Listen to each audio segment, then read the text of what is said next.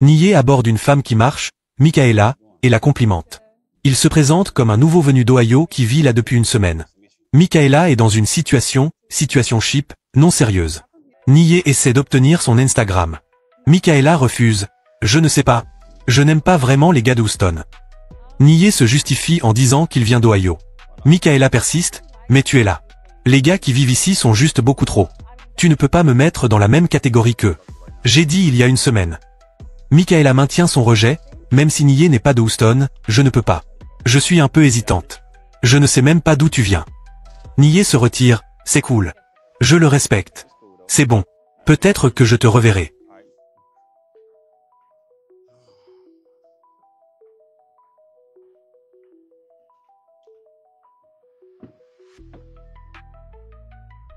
Michaela, revenue vers la voiture, entame une conversation sur le véhicule. Michaela, c'est ta voiture? Est-ce que tu la loues? Est-ce qu'elle t'appartient? Elle tente de vérifier si le statut est authentique. Nié, je suis assis dans la voiture, n'est-ce pas? Nié refuse de répondre directement. Michaela, je ne sais pas. Comme je l'ai dit, les gars d'Houston, je ne leur donne pas beaucoup de chance. J'aime ta voiture. Nié, je l'aime aussi. C'est pour ça que je l'ai eue. Michaela demande finalement, je ne sais pas, mais pouvons-nous parler, ou puis-je avoir ton numéro?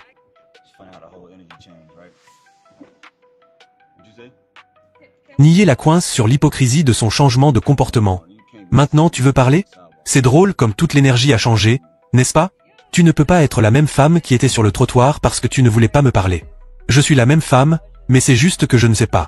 Je venais de la salle de sport. Ma copine habite juste ici. Je ne sais pas d'où tu venais. La traite d'êtres humains est très élevée dans cette zone. Nié utilise son propre argument de sécurité contre elle. Est-ce que j'ai l'air de vouloir te faire quelque chose? C'est bien que tu sois consciente, mais je ne vais rien te faire. Si tu étais vraiment préoccupé par la traite d'êtres humains, pourquoi reviens-tu me parler maintenant? Tu ne me connais pas. Michaela explique pourquoi elle est revenue après le rejet initial. Michaela, maintenant, je regarde ta voiture, tu n'as pas l'air d'un maniaque, creep. Ça montre que tu fais quelque chose pour toi-même et que tu vas bien. Nié souligne l'hypocrisie. Le fait que j'ai cette voiture montre que je ne suis pas un maniaque?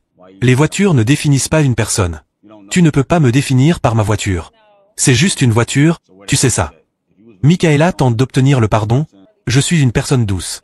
Je suis très prudente avec les hommes. Je ne fais pas confiance aux hommes en général. Nié expose la contradiction.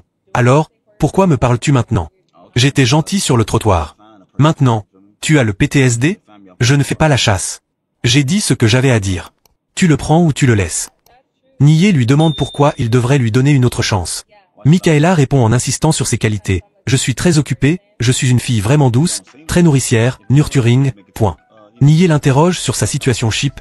Qu'est-ce qui se passe avec le gars dans ta situation cheap? Michaela, je ne vais pas te mentir, je mentais. Je jouais avec toi.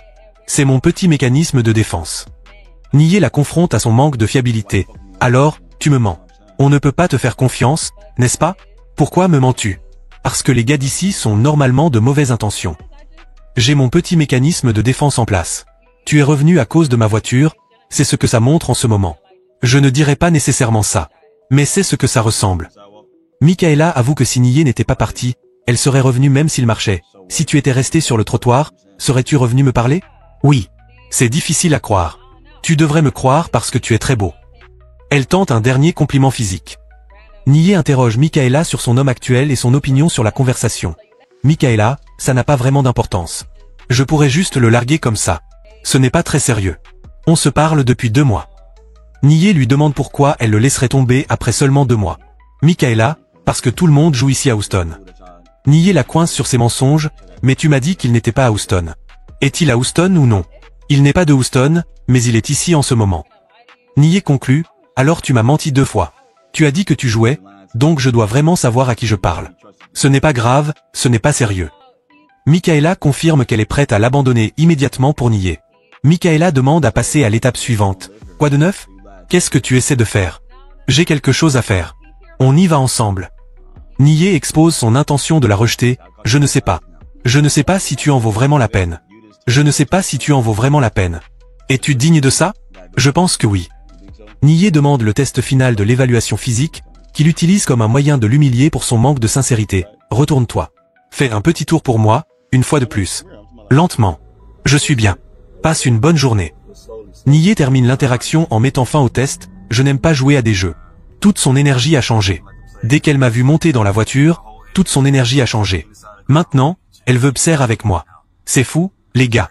Nous n'allons pas accepter ça. Nous dénonçons les coureuses de dot. Abonne-toi et like la vidéo. Waouh, regardez-moi ça les gars. L'homme est de nouveau en mission. Il repère une femme qu'il trouve super petite et mignonne, la décrivant comme un format de poche, fun size. Il l'accoste, mais elle lui répond de manière hautaine et distante. Elle refuse de lui donner son nom. L'homme est déçu par son attitude.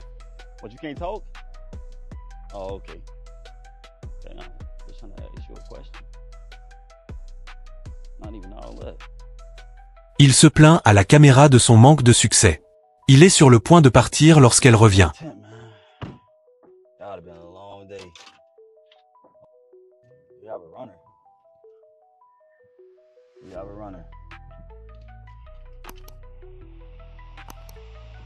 La femme frappe brusquement à sa fenêtre pour attirer son attention.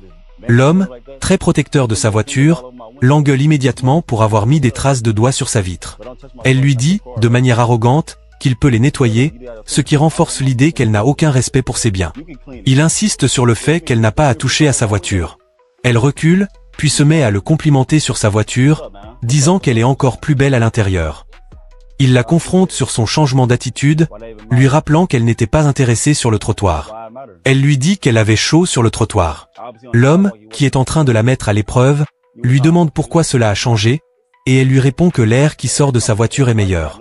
L'homme, qui n'est pas dupe, lui dit d'aller chez elle si elle a trop chaud.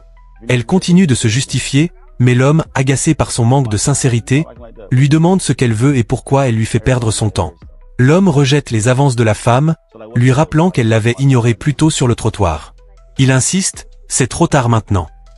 Il lui dit qu'il ne fera que matcher son énergie, reflétant son manque d'intérêt initial.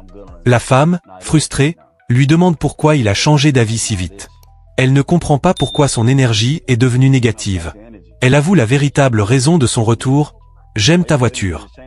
L'homme la met au défi, l'accusant d'être revenu uniquement pour la voiture. Elle se défend faiblement, mais la vérité éclate lorsqu'elle commence à lister et à complimenter tous les biens matériels qu'elle voit. « J'aime ta tenue, j'aime ta montre, j'aime ton bracelet ». L'homme est satisfait d'avoir démasqué ses intentions. Il lui demande sarcastiquement si ce sont toutes mes choses qui ont attiré ton attention. Elle tente un dernier compliment en disant qu'elle aime son visage maintenant.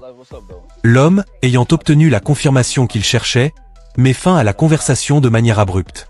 Il lui dit qu'il s'apprête à faire des courses, lui demande de se mêler de ses affaires, et la laisse seule, démasquée. La femme, ne voulant pas admettre sa défaite, propose d'accompagner l'homme à l'épicerie pour prendre de la viande, go get some meat. L'homme rejette froidement sa proposition, lui disant qu'elle doit mériter cette opportunité, et qu'il n'emmène pas n'importe quelle fille avec lui. Elle insiste sur le fait qu'il ne lui a pas donné de chance, mais il la coupe, lui disant qu'elle n'a pas non plus été sincère. Il lui révèle son nom, Youssouf, mais refuse de lui serrer la main ou de la prendre dans ses bras, renforçant l'idée qu'elle n'est pas digne de son affection. La femme, obsédée par la voiture, propose alors d'entrer dans le véhicule pour parler de la voiture, comment il l'a obtenue. L'homme est satisfait d'avoir démasqué ses intentions purement matérialistes. Il la laisse là, confirmant à la caméra qu'elle est une Gold Digger et que son plan a fonctionné. La femme, obsédée par la Lamborghini, lui demande comment il l'a obtenue. L'homme, froid, lui dit que c'est le fruit de son dur labeur et de son travail acharné. Il lui renvoie la question et lui demande ce qu'elle fait dans la vie. Elle répond, avec un air suffisant, « Je suis mignonne. Je suis mignonne toute la journée, tous les jours. » L'homme la confronte sur son arrogance et lui révèle qu'il ne voulait qu'une chose au début, savoir où se trouvait un bon restaurant. Il lui dit qu'elle n'a pas voulu lui donner l'heure, et que c'est pour cela qu'il a perdu son temps. Elle finit par lui donner des noms de restaurants haut de gamme, comme Steak 48 et Roca Accor. L'homme lui dit qu'il pourrait l'emmener un autre jour, mais qu'il a besoin de la connaître un peu plus avant de dépenser de l'argent pour elle. Il lui demande son numéro, et elle lui donne 2 prénoms, Unique et Chéri. L'homme choisit de l'appeler Unique, marquant son désir de prendre le contrôle de la conversation. L'homme, toujours amusé par les multiples noms de la femme, insiste sur le fait qu'il la nommera Unique. Il lui assure qu'il la contactera, mais seulement quand ce sera pratique pour lui, confirmant ainsi qu'il est aux commandes. La femme, frustrée de ne pas avoir réussi à monter dans la voiture, tente une dernière approche.